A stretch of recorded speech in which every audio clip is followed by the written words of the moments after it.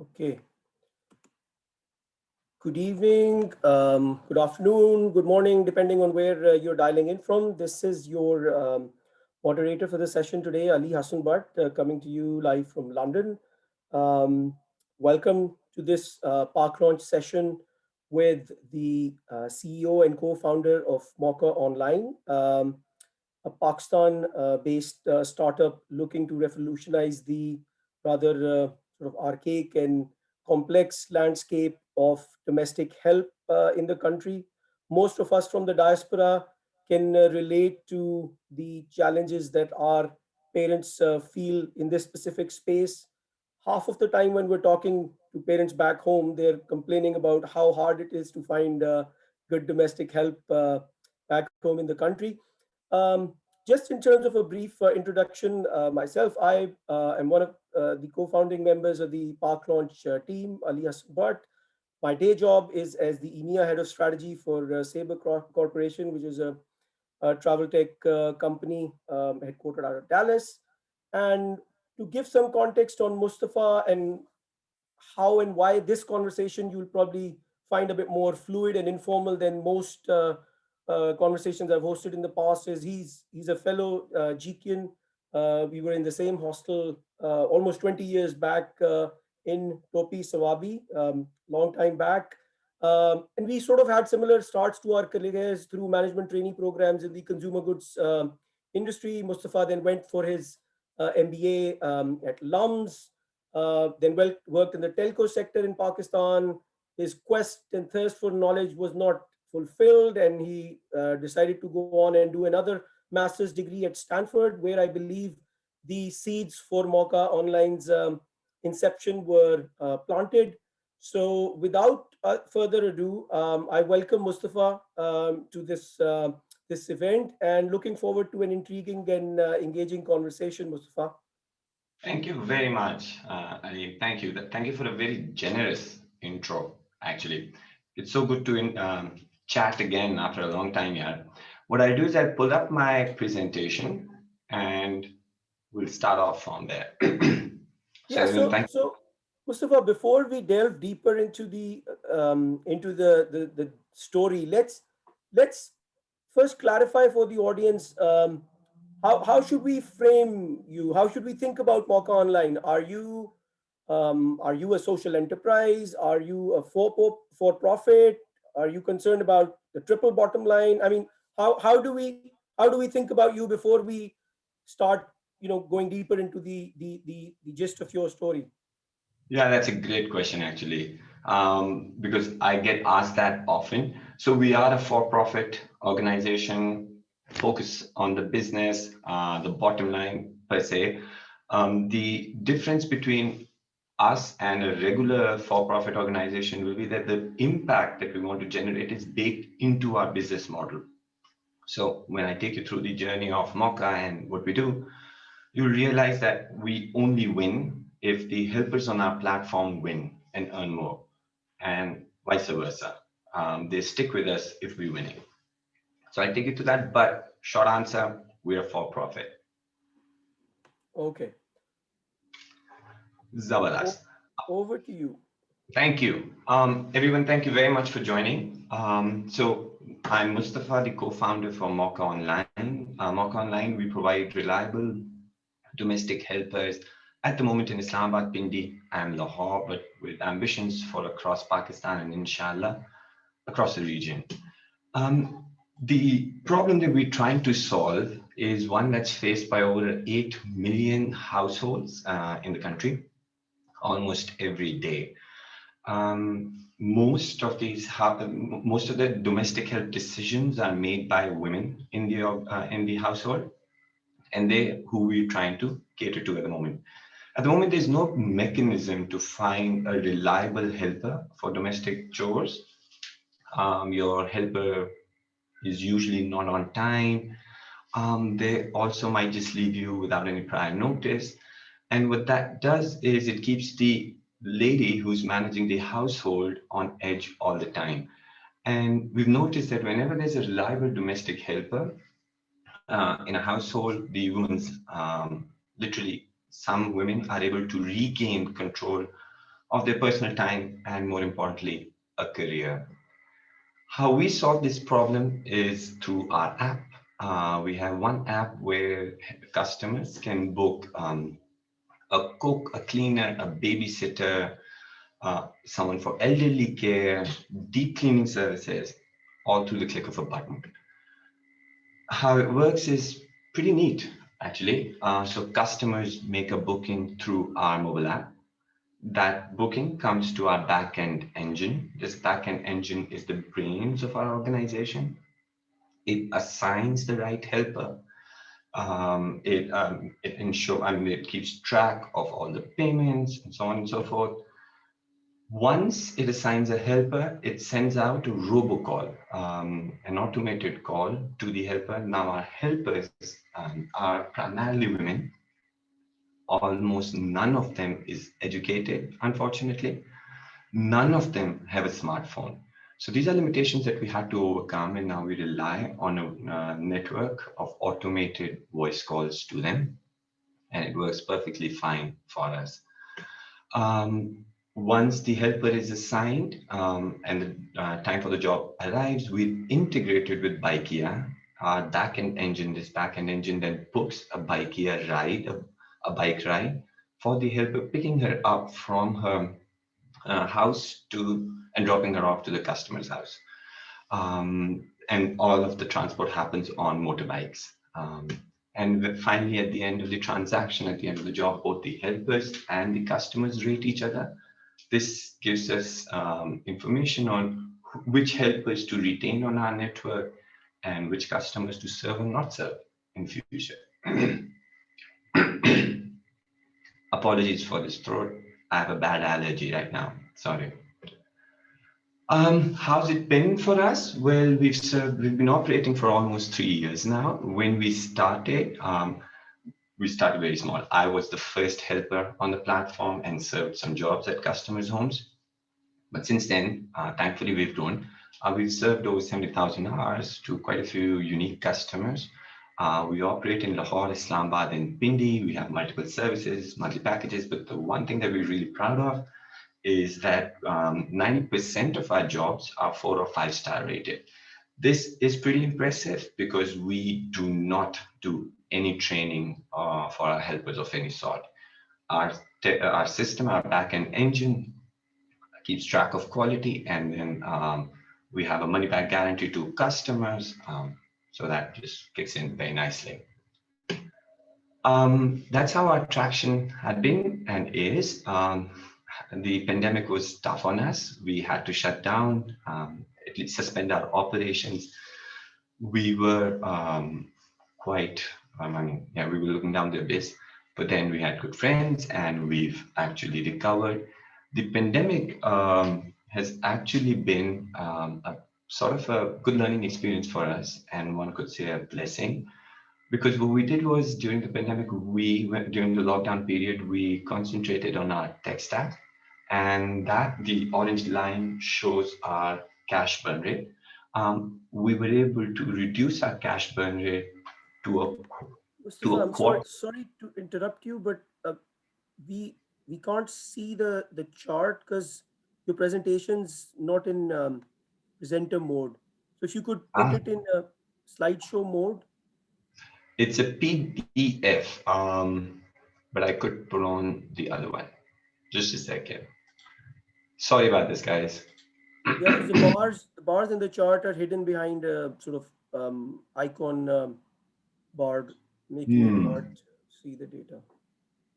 Yeah, just a second. I'll just change it to a PowerPoint and pick it up over there. But anyways, what I was trying to say here was that the pandemic was actually a useful learning experience for us because we were able to automate our processes, develop our technology much further, integrate with the right partners like IKEA, and bring down our cash burn rate to a quarter of what it was previously. Um, I will now shift to another screen.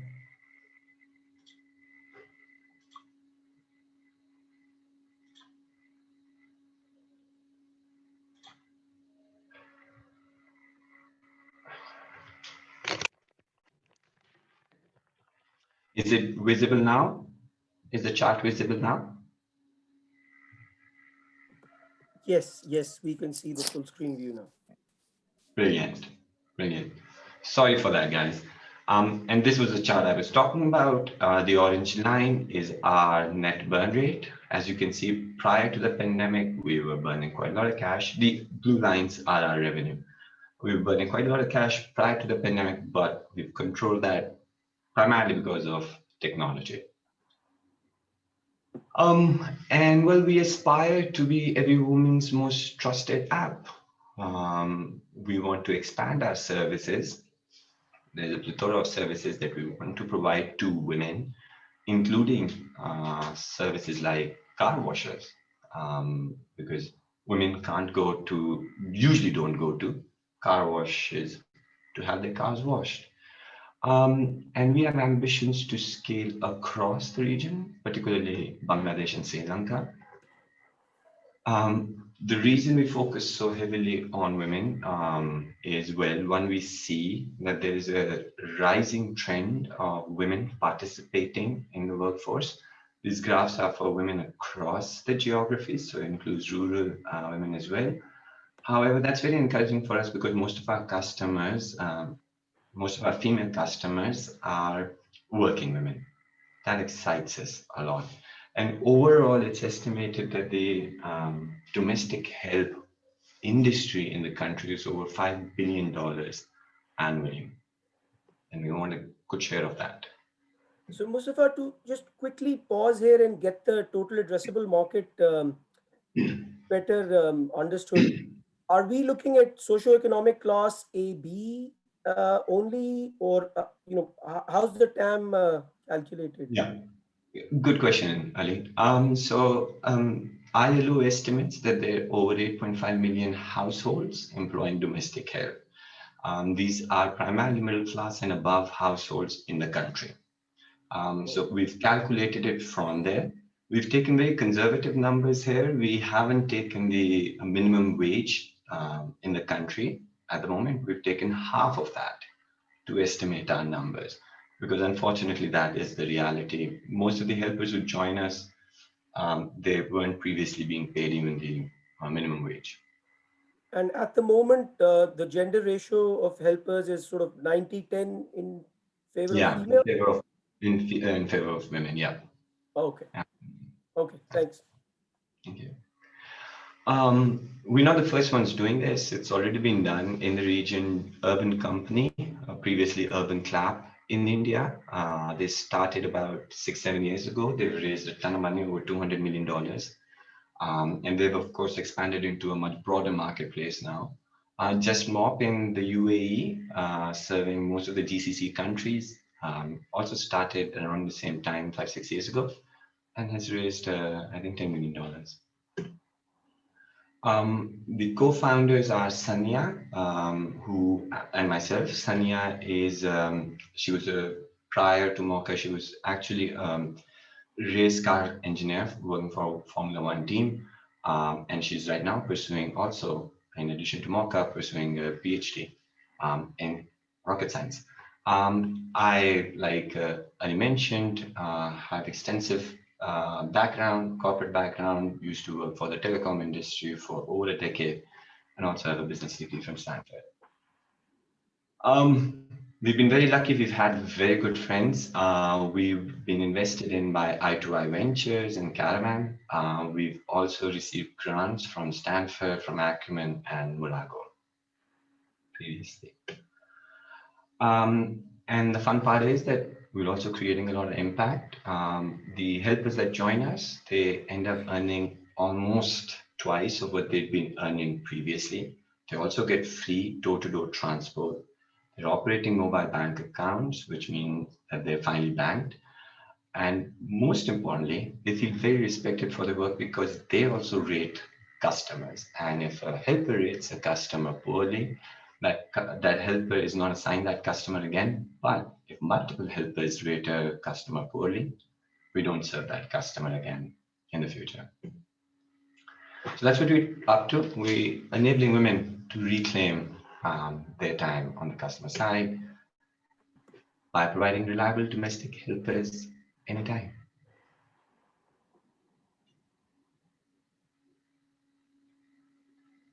I'll open it up to questions. Great. Thanks for an interesting overview of the landscape and how Mauqa is trying to capitalize on the opportunity in the market. Before we go more sort of specific into the Mauqa story, let's sort of open it up on how the social enterprise landscape in Pakistan currently looks like. I mean, as a founder who's been in this space for the last 3, 4 years, do you think the regulatory landscape, the payments landscape is evolving in the right direction at the right pace for you to accelerate growth? Yeah. For sure. So the startup ecosystem generally in the country has progressed by leaps and bounds in the last 3 years. When we started, we were housed at the National Incubation Center. I think we were the second cohort over there. Things were just starting up. There was hype, of, so to speak, about startups, but there weren't too many investments happening. And yeah, so it was still very nascent. In the last 2 years, in literally in the last year and a half, things have really heated up. You see a lot of investments happening, but very importantly, the government's taking steps that actually facilitate startups. So some of the regulations that have come out of the SECP, also recently at the State Bank, allowing holdcos, um, are very encouraging. I know personally that a lot of work has gone into this by multiple stakeholders, including Misbah, actually, from I2I Ventures. And so it's taken a while. It's taken a while. But Dera Drostai, things are moving in the right direction generally. Slow, but moving forward. Okay. Another question before I open it up for the audience and start going through the chat window and questions. This is probably zooming out a bit further, sort of going a 30,000 feet view on the landscape now. Recently on the Pakistani Twitter sphere, there were these comparisons being made versus how Pakistan has progressed over the last 50 years versus Bangladesh, who celebrated their 50 years of independence recently. And having been to Bangladesh, having a few Bangladeshi friends as well, the general sentiment or comment I've gotten from Bangladeshis is that they have progressed in spite of the government, not because of the government. And it's the social enterprise and private sector organizations like Grameen and BRAC, which have helped with poverty alleviation and sort of social uplift in the country. Now, you're obviously an emerging nascent player in the same space. What structural issues do you see in the market which have kept us from, coming up with a Grameen? Where's our Dr. Yunus, or where's our Grameen or BRAC? Just your thoughts, because you've obviously been in this space for a while. So, so like you mentioned, that Bangladesh has the startups in Bangladesh have progressed in spite the government's, whatever efforts. I think in Pakistan it's been despite the government's policies. So, for example, if money is coming into Pakistan, particularly if it's coming in from a foreign NGO or a non-profit, expect it to get delayed by 6 months. Expect to get yourself scrutinized by multiple agencies, security agencies in the country. And that's not a very conducive environment for startups or for any business. And so there are for sure things that the government needs to understand and also keep out of, like the Bangladeshi government probably did, that it stepped out of the way. You mentioned Grameen Bank, and I guess M-Pesa in Kenya is a prime example of that as well, which on a macro level, I think the reason that both Grameen and M-Pesa took off was that they were under a very different regulator than they are in this country, where it's regulated by the state bank, by the financial regulator. in both those countries, it was regulated by the Telecom Authority, PTA, the equivalent of PTA. And that, at least in our country, the PTA is a lot more, or has been traditionally a lot more agile, and a lot more receptive to the business's needs. And the state bank, it's doing its job very well. But that's, when you're regulated by a financial entity, the the scrutiny is a lot more, and the pace of innovation and is going to be much slower. So very structurally, I feel that that was the reason why we've not had EasyPaisa or Jazz Cash take off at the rate that they should have initially. They have now. I mean, yeah, we partners with both EasyPaisa and Jazz Cash, but there are still structural issues, and in my opinion, that's one of the biggest ones. That the regulator was different. So yeah, the government can do quite a few things to step out of the way of startups. Okay, no, thanks for those insights. Now, sort of honing in on your specific story in terms of how investors or partners have seen you. You think the social enterprise badge or label makes it easier for you to raise money, or is it a bit of a complication in the conversations?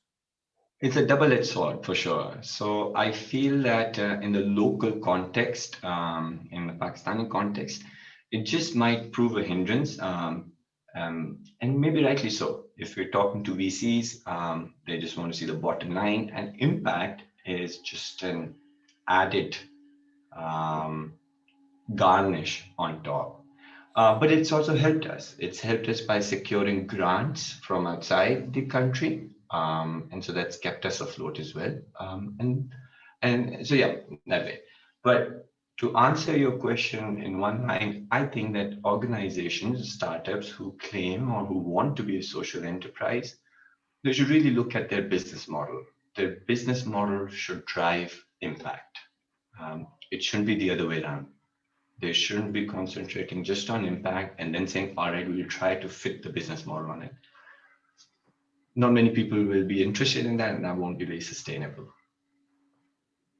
Okay. Okay, moving to questions in the chat, we've got a growing list of questions. So, Subhan's asking, in terms of your growth trajectory and strategy, isn't it more beneficial to go for the tier two Pakistani cities before thinking about venturing abroad within the region? So, I presume that's on the roadmap already. For sure. Subhan, definitely, it's nationwide expansion, and only then do we venture outside. For sure. So, KLIM followed by T10 in Pakistan, and then obviously you consider going beyond that. Yeah. Yeah. Okay. Uh, so UJ has a question around why the focus on hiring only female workers. Also, what percentage of customers ladder up to becoming loyalists? And I guess the third question within that single one is, lastly, do we see that repeat ratio is increasing? So I can remind you of the third one if we forget it along the way. No worries. Thank you. So for your first question, UJ, which was? The ratio of female Yeah. workers being higher. Yeah, demand. That's the demand. Customers, whether they're men or women, they demand a female helper, and so we just go by demand. Yeah, that's a Okay. primary reason. And then I guess the second and third were around your sort of customer disposition funnel in terms of, do you tend to get stuck with the trial stage, or you have a solid enough repeat business coming in with the customers that you've got awareness in right now? Yeah. So we're not very good with creating awareness. Actually, we've never really spent on marketing. Most of our demand, 90%, 99%, has actually come from word of mouth. So we need to work on the top of the funnel, the awareness bit. But we're very happy with how it flows down the funnel. So you mentioned the retention rates. More than 50% of our customers who use us in the first month come in the second month. And so we retain more than half of our customers every month. That gives us a lot of hope. that the service is in demand, and it's much needed. There's a question around a cheeky question from a familiar name. Raheel Asim is asking, what if the workers are hired by employers directly? How do you handle that? Like, do they try and poach really good Mauqa.Online team members or helpers, as you call them? Yeah, Rahil, good to see you. Absolutely, every single customer has tried to poach every single helper of ours, and surprisingly, not a single helper has disintermediated. We call this disintermediation on our side. And it's not because I'm a great guy and they want to work for me. No, it's because of two reasons. One is overall the incentive plan, but that incentive plan can be eventually matched by the customer. The biggest reason they don't go is because of the free transport door to door that we provide. No customer is able to match that. And so there it goes. So that's why not a single helper has disintermediated so far. Um, we're good Yeah, with that. UJ, I think UJ had a similar question, which you've addressed. Zishan Shah's asking about the construction industry is on the rise, and they need a lot of skilled labor help, labor, masonry, wall painters, tile fixers. I guess you get the idea. So I guess in a way, what kind of skill set you get on the Task Rabbit, if you're familiar with that sort of similar player, is that something that's on your roadmap to cover as a skill, that or a service line that you will cover eventually? So we're pretty clear that we want to focus at least in the next 12 months, 12 to 18 months on the domestic help segment. The reason we want to focus on this is because it's unaddressed. We're the Hmm. literally the bigger player in this, and nobody else is doing much of a job in this segment. So this in itself is greenfield, and if we're able to crack this, if we're able to scale this, that's great. Expanding into other services is pretty easy now with our tech. We can add services and remove those. So that can be done. But we don't want to lose focus. And so we remain within the broader domestic health. And then beyond that, we'll continue to offer services that help women customers. So if masonry is not part of it, then we might just step aside from it for the moment because we really want to focus on helping out women because that's an untapped market. Okay, and I guess not to put words in your mouth, but plumbing and let's say electrician needs, if they are in a domestic context, that could be an Yeah, easy add-on. It's just absolutely. opening up the platform to those service lines, right? Absolutely. Yes. Yeah. Absolutely. Okay. Rafi Sheikh has a set of interesting questions. I'll quickly go through them. So, what's your selection criteria for workers as well as customers? So, no selection criteria for either. Anybody can join as a helper at any point in time. We have a unique system where we send that helper to a customer's home. First, the first check that we have is no new helper is assigned to a new customer. So only existing customers, long-term customers can get a new helper. When the helper serves the customer, if the customer rates the helper 1 or 2 star, that's great because we immediately, without asking the customer, we refund their entire payment for that job. It's a 100% money back guarantee. We don't ask. It's an automated process. Because we do this because they've given us an incredibly valuable data point on this new helper. This new helper, our system is able to determine if this helper is going to stay with us by the end of her second job. That's how quickly we determine. The system is able to determine whether they continue or not. So once again, there is no minimal criteria for a helper, except of course they need to have their CNIC, that it needs to be verified by NADRA and that all that stuff. So and they need to have a phone. So that happens. On the customer end, exactly the same way. There is no criteria for any customer. Any customer can log on to our app. There is one rule: if anyone books a female helper, then the female will enter the house only if a female is present in the premises and opens the door to the female helper. So that's our way of ensuring that women helpers, female helpers, only go where there are females present. That's the only criteria. If, of course, the customers are rated badly by the helpers, then we block the customer. Pretty simple. No, that's interesting. So just to build on the peace of mind and sort of security clearance side of things for the workers, does we hosted Tasdeeq online a few weeks back. Are you using some service of this sort to check if the workers coming on your platform don't have any skeletons in their closet from past lives?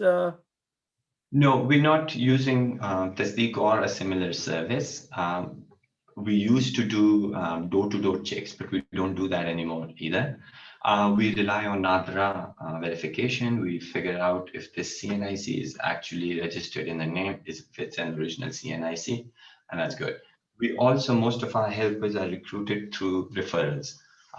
So there's a whole social element to working with Mauqa that deters bad behavior.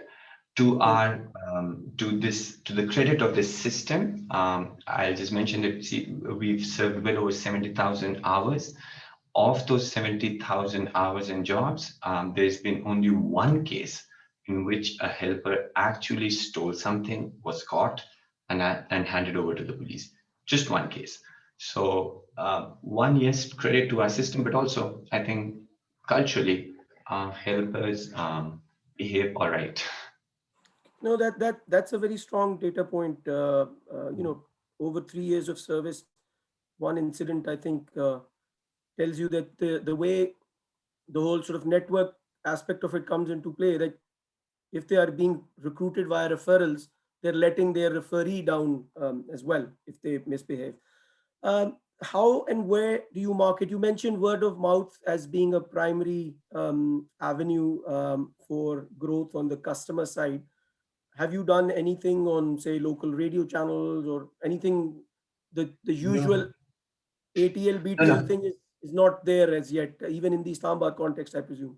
no, nothing in the traditional media. We do advertise on Instagram because that's where our customers are, a bit on Facebook. And recently we've started influencer marketing, but we very stingy with our money. So instead of paying influencers, we give them free service, and that's been working well for us.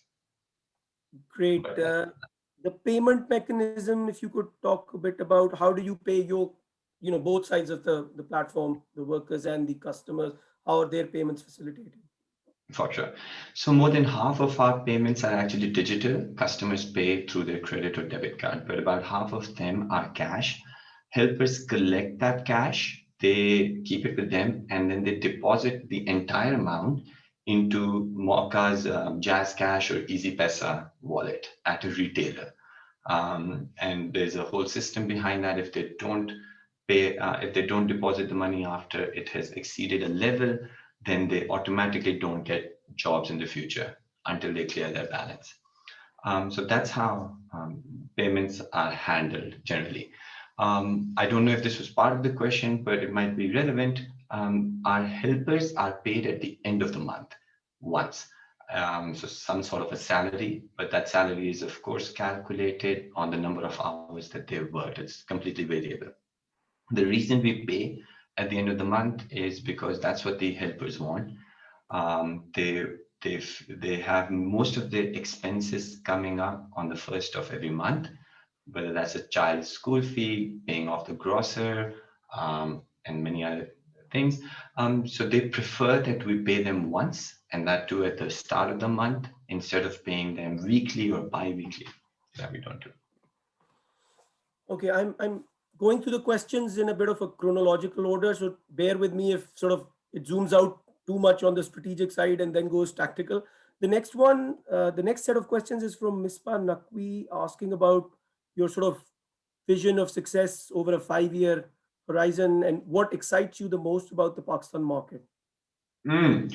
So we would consider ourselves successful if no woman in this country had to worry about their domestic help, if no woman had to quit their job because they can't find a reliable helper. Um, that would be success for us, having served this entire market of domestic helpers out there. Um, the second question, Miss Pa, I'm sorry. Ali, if you can just quickly. Yeah, the Yeah. second one was, The, what are you most excited about in the Pakistan market? yeah. So I think actually the most exciting thing for me right now is actually a cultural shift that's happening. When we started off, because we were the very first ones to do something like this, we positioned ourselves as an on-demand service, or an emergency service. If your helper does not show up, Mauqa is going to be available. But over time, we've seen that customers are actually using us as a permanent solution. They've realized that they don't need a domestic helper in their home for 8 hours every day. That they can get the chores done in a 3 hour booking twice or thrice a week. That cultural shift is something that really excites me. It has happened in other geographies already. It happened a while back in the UAE. It happened a few years back, 5, 6 years back in Vietnam, in Indonesia, in Malaysia. It's happening in Bangladesh. So the cultural shift that's happening at the moment is probably the most exciting thing for me personally. And Mispa had a follow-up question on your biggest learning from COVID. I think you mentioned that briefly earlier. So, what's been your sort of aha insights from COVID so Yeah, far? well, so COVID really kicked us in the gut. And I think what we learned from COVID initially was that we needed to fix our operations. We needed to fix how we operate, and we couldn't operate at the same cost that we were doing previously. And COVID actually taught us that there are solutions out there that we could figure things out. When we were in the rat race of growing every month, trying to be a fast growing startup, I think we made a mistake of not focusing on optimizing our operations through tech. As a I guess other startups just might be doing the same, ways that they double down on human resources, and try and solve that problem accordingly. But COVID gave us that breathing room. It also taught us that that's not how we were going to grow in the future if we were to survive. So that was probably the biggest lesson. And I guess the other thing that it instilled in me was just a never die attitude, because I think we've died a few times already and then come back up. So I think Yeah, that's. I think as a startup founder, you would think, if I've survived COVID, how much worse could it get? So I can Yeah, sort of yeah, relate to for what you sure. say. Yeah, Vakar, I'll come back to you if we're done with the rest of the questions along the way. Vakas is asking if you intend to offer your platform for white labeling. I guess what he's implying there is, if you would embed your service behind a operator's brand, or any other service provider's brand, to enable their Yeah. customer relationships in some way. Yeah, thank you for asking that, Vikas. Actually something that's come up in the last 1 week, and we've actually been offered something like that. And I haven't convinced myself with an answer, but at the moment, I don't see a problem with that. The reason being that the reason is that we go inside a customer's home, we talk to them, and because we're inside, the customer knows who sent this helper. um, if we were just another white label service where our interaction with customers, if that interaction with customers was handed over to another service, a white label service, um, sorry, a platform owner, then I would Yeah. have worried. But इस case में तुझे the customers know it's these buggers, so Yeah. we're good. We I will. think to Yeah, me, we'll. this next one's a bit of a tough one, and I am actually going to complicate it further. You just basically asking if another player enters the market tomorrow, like how do you differentiate yourself? And ultimately, the game you're in is one of scale. So a well-funded competitor could, Yeah. capture Karachi, Lahore, Multan, whatnot, maybe a bit faster than you. So, what's your take on that challenge? So I'll break it down into two parts. The first one is yes, competition actually sprung up when we launched this. There's one competitor in Lahore and one competitor in Islamabad. We we operate at a much higher volume than both of them combined, so that's good. But that's because they're doing most of their work manually.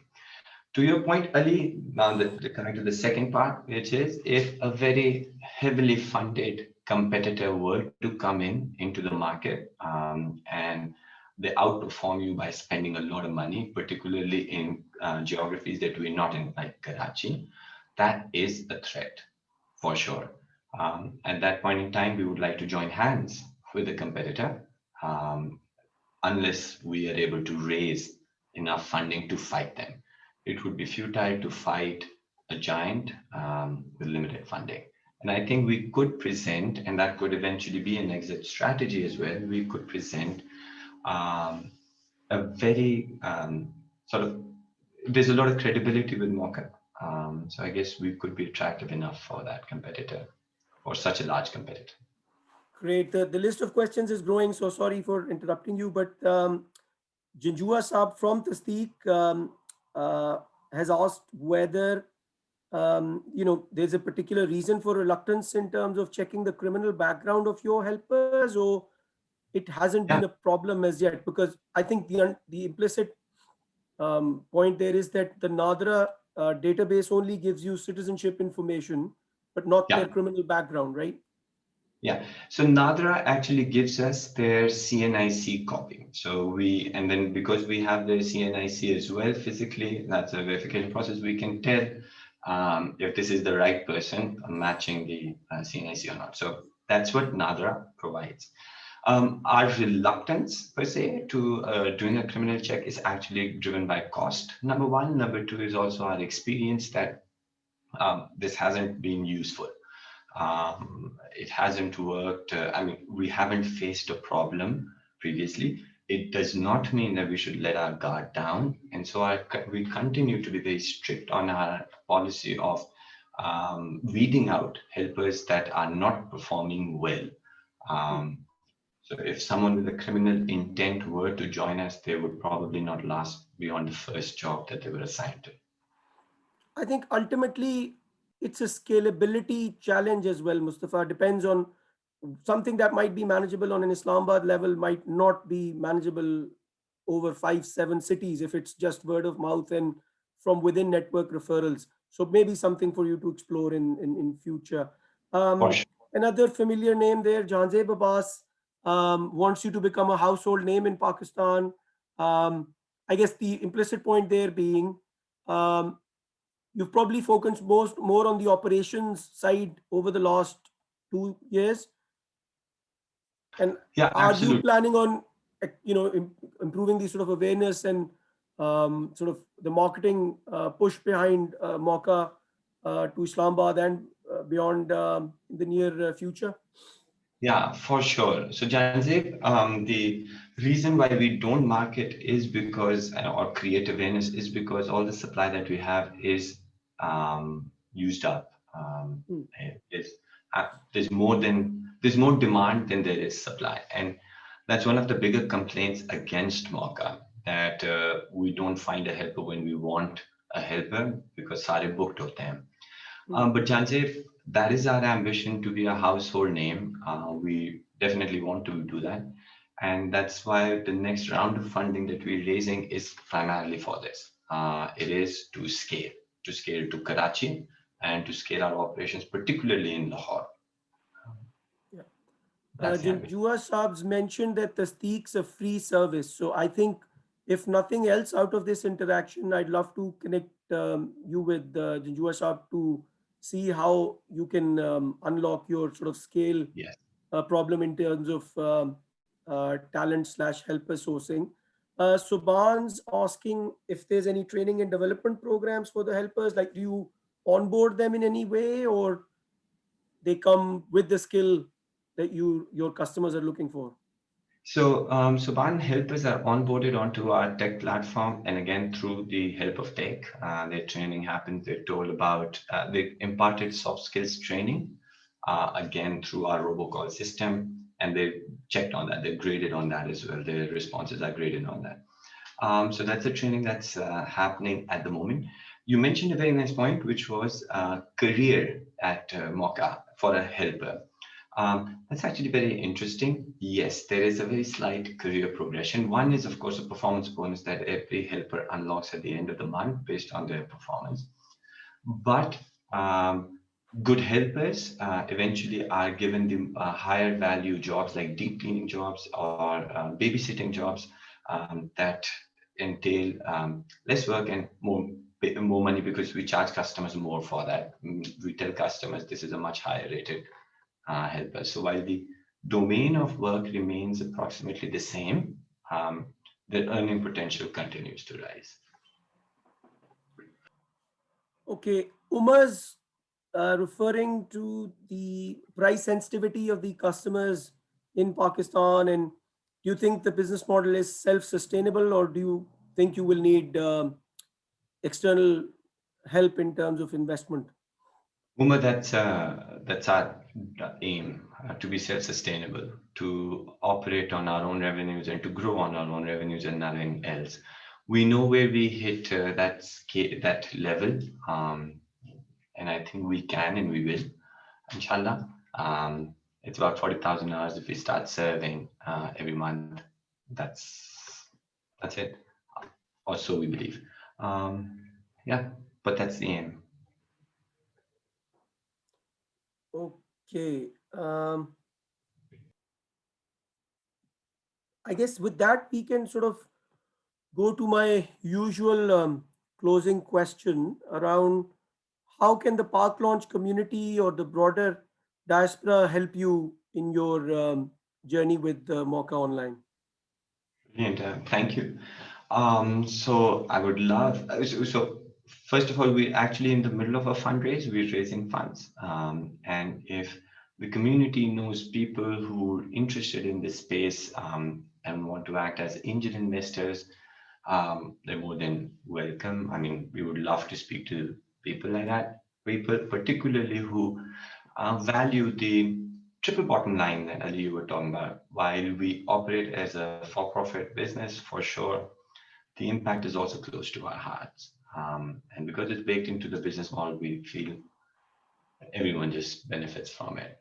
So that's one help. There's a lot of help that the community can provide. Actually, we are looking for guidance on product particularly, and some of you guys are working for incredible companies and have incredible experiences. We would love to learn from you.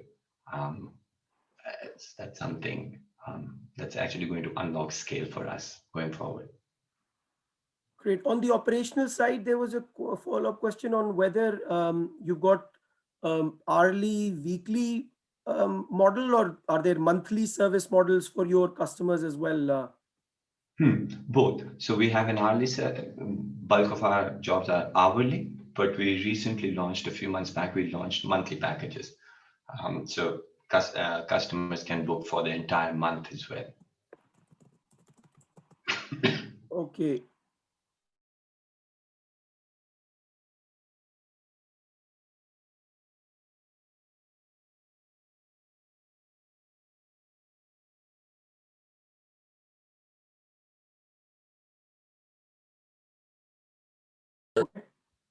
Thank you so much. Hi, Mustafa. Great to see you again. Quick question. So, if you rewind to a time when you were just starting, it was a two-way market, and you had two different questions to answer. One is will you find enough demand from households for a service like this? And the other question is, will you be able to find the right process to onboard people who will be able to deliver the right kind of service? Which did you attack first and why? And how did that pan out? And how did you learn from that? Nice, great question, Makan. So when we started, we thought the bigger problem would be demand, that people would not let people, helpers, unknown helpers into their homes. That was the challenge that I thought I would need to tackle because intuitively supply is unlimited almost in Pakistan. A lot of people need jobs and we could find them easily.